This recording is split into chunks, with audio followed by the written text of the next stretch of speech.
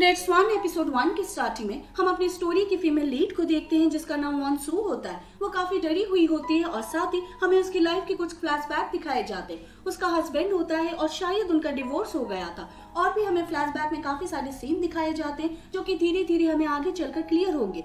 फिर scene shift होता है और हमें UNICF हेडक्वार्टर दिखाया जाता है जहाँ पर वो एक सेरेमनी को अटेंड करने के लिए आई हुई होती है। वहाँ पर वो सभी को बताती है कि वो कोरिया की गुडविल एम्बेसडर है और साथ ही नाव फाउंडेशन की डायरेक्टर है। वो वहाँ पर सभी को एक लड़की से इंट्रोड्यूस करवाती है जिसका नाम बलाक होता है जो कि इराक के वॉर की एक विक्टिम होती है और वो सभी को बताती है कि इसकी फैमिली का मर्डर किया गया है और उसके बाद उसे सेक्सुअली हैरेस किया गया है, तो मैं उसकी हेल्प करना चाहती हूँ। और साथ ही वो सभी को अपनी नाव फाउंडेशन के बारे में एक वीडियो के थ्रू एक्सप्लेन करती है। फिर हमें फिलीपींस में एक लड़का दिखाया जाता है जो कि हमारी स्टोरी का मेन लीड होता है और उसका नाम डो यून होता है। वो फिलीपींस के एक होटल में आता है और वहाँ पे कुछ लोगों को देख रहा होता है। फिर वही हम वॉन सू को देखते हैं और उसकी सेक्रेटरी यून उसे बताती है कि हमें ISIS के थ्रू एक ईमेल सेंड की गई है जिसमें आपको एक्ट ऑफ टेरर की धमकी दी गई है कि वो आपकी जान भी ले सकते हैं। तो कल आपकी फिलीपींस मनीला में पार्टी जो होने वाली है, क्या हमें उसे कैंसिल कर देना चाहिए? लेकिन वॉन सू मना करती है। तो सेक्रेटरी यून उसे बताती है कि पार्टी को अटेंड करने के लिए चेयर वुमेन पार्क भी आने वाली है। फिर हम कोरिया में चेयर वुमेन पार्क को देखते हैं जो कि वॉन सू की मदर इन लॉ भी होती है और वो मून की चैंटिंग कर रही होती है और साथ ही अपनी मेट को बताती है कि कल वो फिलीपींस के लिए निकलने वाली है। फिर हम वॉन सू को देखते हैं और वो भी फिलीपींस पहुंच चुकी होती है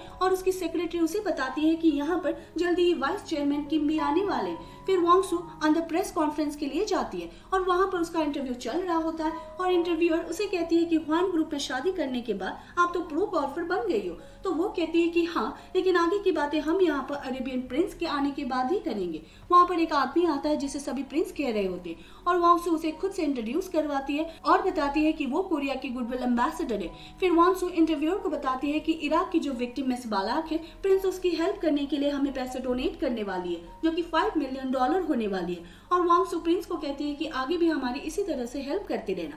तभी वहाँ पर वाइस चेयरमैन किम आते हैं जो कि वॉन्ग सू के हस्बैंड भी होते हैं और फिर वो प्रिंस से अपने हस्बैंड को इंट्रोड्यूस करवाती है और किम वॉन्ग सू को कहता है कि कोरिया के बेस्ट एम्बेसडर बनने के लिए तुम्हें कांग्रेचुलेशन। फिर हम डो यून को उसी जगह पर देखते हैं। वो देखता है कि वहाँ पर 3-4 लोग आते हैं जो कि वॉशरूम में बातें कर रहे होते हैं कि 3 महीने पहले यहाँ पर कोरियन पुलिस वाले का मर्डर हुआ था और डो यून उनकी बातें सुन रहा होता है और साथ ही हमें फ्लैशबैक में दिखाया भी जाता है कि किस तरह से उसका मर्डर किया गया था।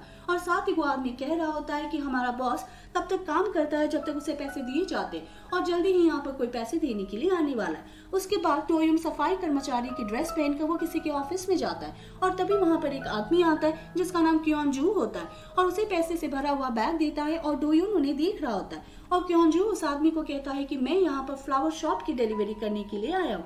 और यह सुनकर डोयुन को याद आता है कि जब उस कोरियन पुलिस वाले को मारने के बाद वो आदमी वहाँ से जा रहा था तो उसने भी यही कहा था कि फ्लावर शॉप की डिलीवरी कंप्लीट हो चुकी है। और वहीं प्रेजेंट में क्योंजू वहाँ से चला जाता है और डोयुन जाते हुए उसे देख रहा होता है और सोचता है कि क्योंजू यहाँ पर क्या कर रहा है। और तभी डोयुन के पास क्योंजू की कॉल आती है जो कि ह्वान ग्रुप से होता है और डोयुन उसे बॉस कहता है और उसने डोयुन को कॉल पर कहा होता है कि हमें उसे पकड़ना चाहिए। और जब से तुम्हें पता चला है कि 3 महीने पहले यहाँ पर जीहुक की डेथ हुई है तब से 3 महीने से लेकर तुम अभी तक मनाली में ही हो। फिर हमें 3 महीने पहले का सीन दिखाया जाता है कि जू कोरियन पुलिस वाला होता है, वो कहीं पर जा रहा होता है और तभी वहाँ पर एक आदमी आता है जो कि काफी बुरी तरीके से उसके ऊपर अटैक कर देता है। और तभी वहाँ पर डोयुन भागते हुए आता है जो कि जीहुक का काफी अच्छा फ्रेंड होता है और डोयुन अपने फ्रेंड को उसे बचाने की काफी कोशिश करता है, लेकिन वो आदमी डोयुन को भी चाकू मार देता है और जीहुक को भी चाकू मारने के बाद वो वहाँ से भाग जाता है। और डोयुन जीहुक को रोते हुए कहता है कि प्लीज तुम मरना मत, लेकिन वो उसके बाहों में ही अपना दम तोड़ देता है। वहीं प्रेजेंट में डोयुन को घर पर देखते हैं जो कि होटल वाले उन्हीं आदमियों के बातों के बारे में सोच रहा होता है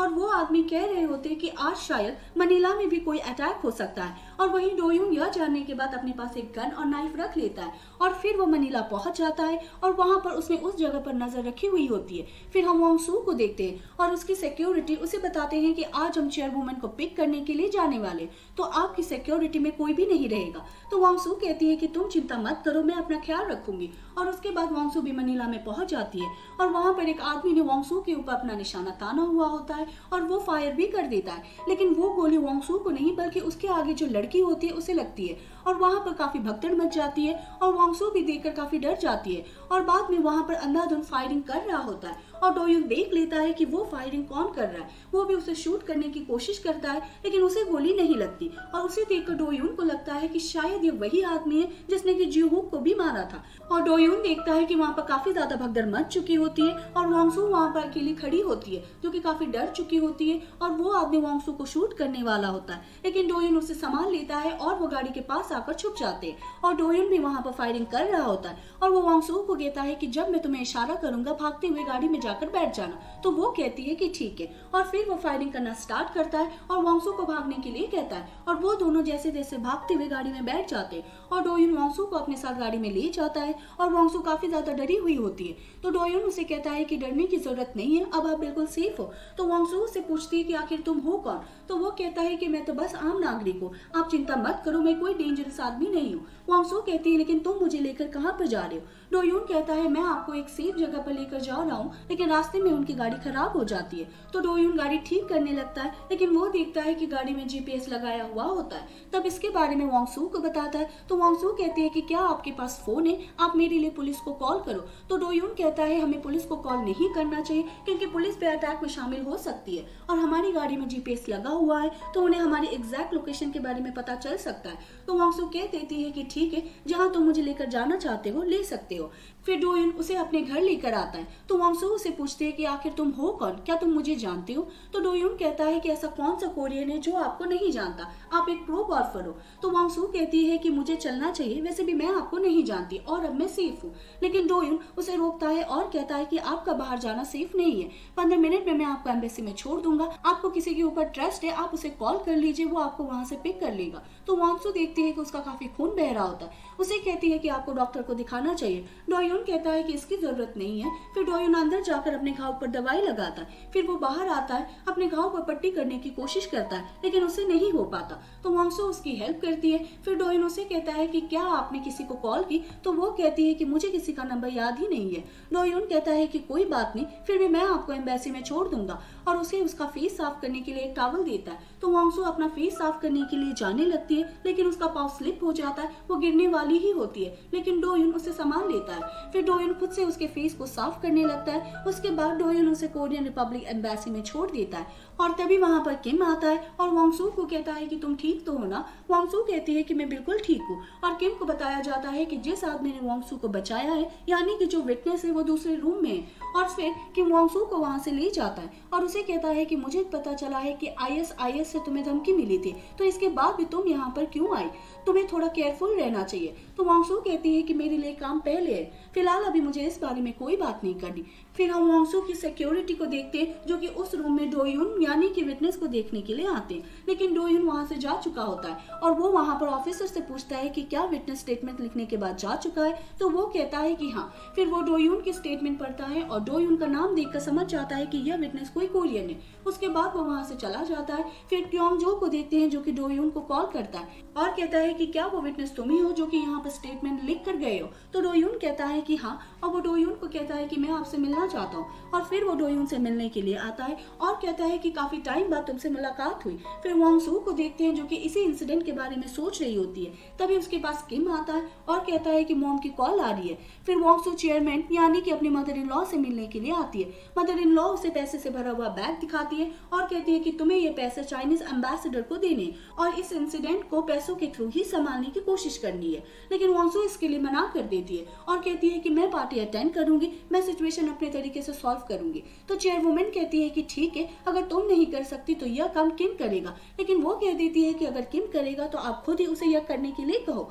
तो पार्क कहती है कि अगर किम नहीं कर सकता तो मैं तुम्हारे भाई को कहूंगी और वैसे भी तुम्हारा भाई तो काफी ज्यादा रिश्वत लेता है। तो वांगसू कहती है मुझे फर्क नहीं पड़ता कि मेरा भाई किससे रिश्वत लेता है और किससे नहीं, लेकिन मैं इस चीज में इन्वॉल्व नहीं होना चाहती और मैं कल पार्टी अटेंड करूंगी और यह मेरी पार्टी है, तो मैं नहीं चाहती कि आप इस पार्टी को अटेंड करो। अगर आपने ऐसा किया तो आगे चलकर फ्यूचर में जितनी मेरी चाइनीज बिजनेस प्रपोजल है पर प्रोजेक्ट होने वाली है मैं उन्हें कैंसिल कर दूंगी। वो यह बोलकर चली जाती है और तभी वहां पर हैंग सैंग आता है जो कि चेयरवुमन पार्क का सेक्रेटरी होता है और चेयरवुमन काफी गुस्से में होती है और हैंग सैंग को कहती है कि तुम इसे मरवा दो। फिर हम डोयुन को देखते हैं जो कि अपने पेट पर एक स्कार को देख रहा होता है और हमें पास से दिखाया जाता है कि डोयुन बीमार होता है, उसे किडनी की जरूरत होती है। तो जिहोक ने उसे किडनी डोनेट की थी और वो दोनों ही पुलिस वाले होते हैं, साथ में काम करते हैं और डोयुन जिहोक को कहता है जब भी तुम्हें मेरी हेल्प की जरूरत होगी तो मैं खुद से पहले हमेशा तुम्हें रखूंगा और हमेशा तुम्हें प्रोटेक्ट करूंगा। साथ ही वो याद करता है कि उसकी और मिस्टर क्योंगजी की क्या बात हुई थी। क्योंगजू ने उसे कहा था कि हम दोनों को अब साथ में फ्लावर शॉप के लिए काम करना चाहिए। डो यून कहता है कि क्या फ्लावर शॉप, तो वो कहता है कि हाँ, ह्वेन ग्रुप को किसी रीजन की वजह से हम फ्लावर शॉप कहते हैं। तो डो यून कहता है कि फिलहाल अभी मैं कोई डिसीजन नहीं ले सकता, मैं सोचने के बाद इसके बारे में आपको बताऊंगा। तो क्योंगजू कहता है कि ठीक है, यह बोलकर डो यून वहां से चला जाता है और वहीं प्रेजेंट में डो यून अपने बॉस क्योंगजू को कॉल करता है। फिर हम वॉन्ग सू को देखते हैं जो किसी इंसिडेंट को लेकर आर्टिकल देख रही होती है और किम उसे कहता है कि तुम प्रेस की चिंता मत करो, मैं इस चीज को संभाल लूंगा। तो वॉन्ग सू कहती है तुम्हें मदर इन लॉ ने पैसे दिए होंगे, इस मामले को पैसे से सुलझा लेना। तो वो कहता है कि हाँ। वॉन्ग सू कहती है लेकिन तुम्हें ऐसा नहीं करना चाहिए। तो किम कहता है कि यह बिजनेस है और बिजनेस में सब कुछ चलता ही है। तो वॉन्ग सू कहती है कि ठीक है, तुम्हें जो करना है तुम करो। तभी वहां पर वॉन्ग सू की सेक्रेटरी आती है जो कहती है कि प्रेस कॉन्फ्रेंस की सारी तैयारी हो चुकी है। यह सुनकर किम काफी चौंक जाता है और फिर वॉन्ग सू प्रेस कॉन्फ्रेंस में आती है और वो सभी को बता देती है कि मुझे ISIS की तरफ से धमकी दी गई है कि मेरे ऊपर अटैक किया जा सकता है, लेकिन यह सब कुछ होने के बाद मैं जरूरतमंद लोगों की हेल्प करना बंद नहीं करूंगी, फिर चाहे बुरे लोगों को सजा दी जाए या फिर नहीं, लेकिन मैं एंड तक लड़ती रहूंगी। और चेयरमैन वो प्रेस कॉन्फ्रेंस देखकर काफी गुस्से में आती है और वो गुस्से में टीवी को ही तोड़ देती है और वहीं किम भी काफी गुस्से में होता है। फिर वॉन्ग सू एक जगह पर आती है और एक लेडी से मिलती है, उसका एक बेटा होता है और वॉन्ग सू उसे काफी प्यार कर रही होती है और वो लेडी उसे कहती है तुम ठीक तो हो ना, तुम्हारे ऊपर आज अटैक हुआ है, तुम्हारी जान भी जा सकती थी। वॉन्ग सू कहती है कि मैं बिल्कुल ठीक हूँ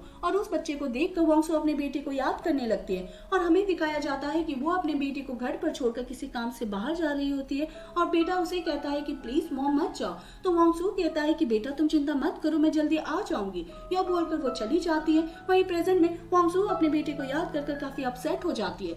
उसके बाद वो किम के साथ रेडी होकर पार्टी अटेंड करने के लिए जाती है और वहां पर उनकी सिक्योरिटी उन्हें डो यून से मिलवाता है और कहता है कि डो यून आज से हमारी सिक्योरिटी को ज्वाइन करना चाहता है। तो किम कह देता है कि ठीक है और डो यून को देखकर वॉन्ग सू काफी चौंक जाती है कि ये तो वही लड़का है जिसने की मेरी हेल्प की थी और वो दोनों एक दूसरों की तरफ देख रहे होते हैं और इसी के साथ ये एपिसोड खत्म हो जाता है।